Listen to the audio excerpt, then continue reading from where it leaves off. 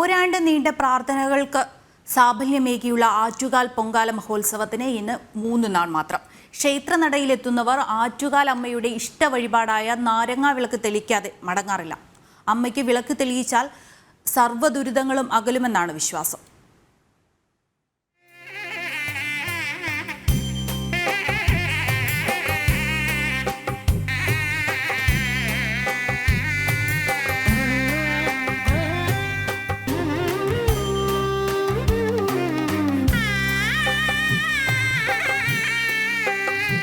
നാരങ്ങാഹാരവും നാരങ്ങ വിളക്കും ആറ്റുകാലമ്മയ്ക്ക് ഏറെ പ്രിയപ്പെട്ട വഴിപാടുകളിൽ ഒന്നാണ്.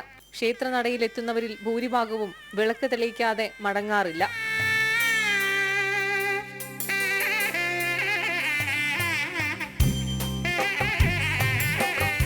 എന്ത് അനുഭൂതിയാണെന്ന് നമുക്ക് പറയാൻ പറ്റത്തില്ല.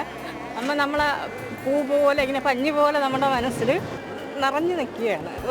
ഒരു ഭാരവും തോന്നിക്കാത്ത വിധത്തിൽ അമ്മ നമ്മളെ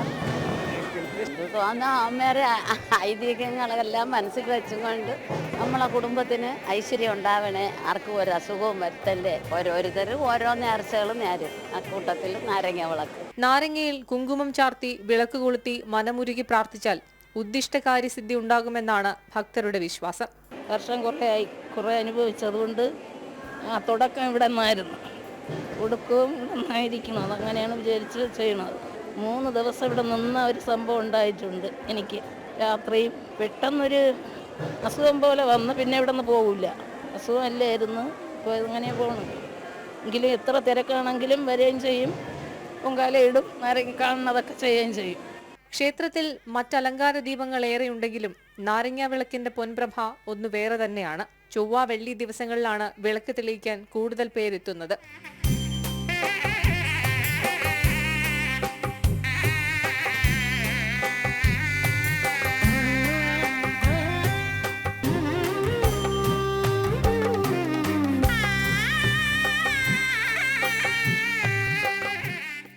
ഉത്സവമാകുന്നതോടെ ക്ഷേത്രത്തിന് സമീപത്തെ നാരങ്ങാ വിപണിയും സജീവമാകും.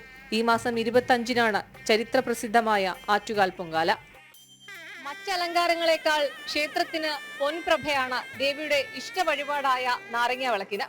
അനൂജ് ആനാവൂരിനും അഖിലേഷിനുമൊപ്പം ആറ്റുകാൽ ദേവീക്ഷേത്രത്തിൽ നിന്നും രശ്മി കാർത്തിക.